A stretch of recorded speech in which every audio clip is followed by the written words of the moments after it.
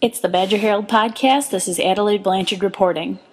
If you watched the Badgers' Labor Day weekend game on TV or in sunny Las Vegas, you may have felt like something was missing. While the Badgers beat the Rebels 41-22, the UW marching band was stuck in Madison, playing in front of the Gorham Street's Dominoes. Despite a last-minute attempt to send the band to Las Vegas for the game, they were grounded because of insufficient funds. Dressed in red, they played crowd-pleasing favorites for pizza discounts. The band's absence did not affect the team's performance, who after the first half pushed through the Rebels with an unanswered 17 points. UW Chancellor Biddy Martin is probably the last person you would expect to pop up on your AIM buddy list, but earlier this month she held a live chat for all of Madison to discuss UW's future. The chat was hosted through Madison Magazine, and Martin fielded questions from UW students and Madison residents alike, and mainly focused on the partnership between university and the state. The Badger Herald reflected on the Sterling Hall bombing at its 40th anniversary this year. At the time, it was the biggest act of domestic terrorism in the United States.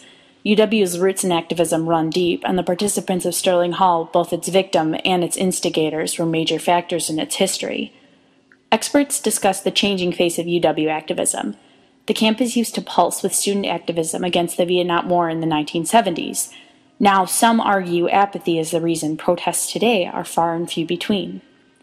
Both the lives of Robert Fastnacht, the brilliant scientist pulling an all-nighter, doing work which ultimately ended his life, and the fugitive Leo Burt, who remains on the lam, were examined.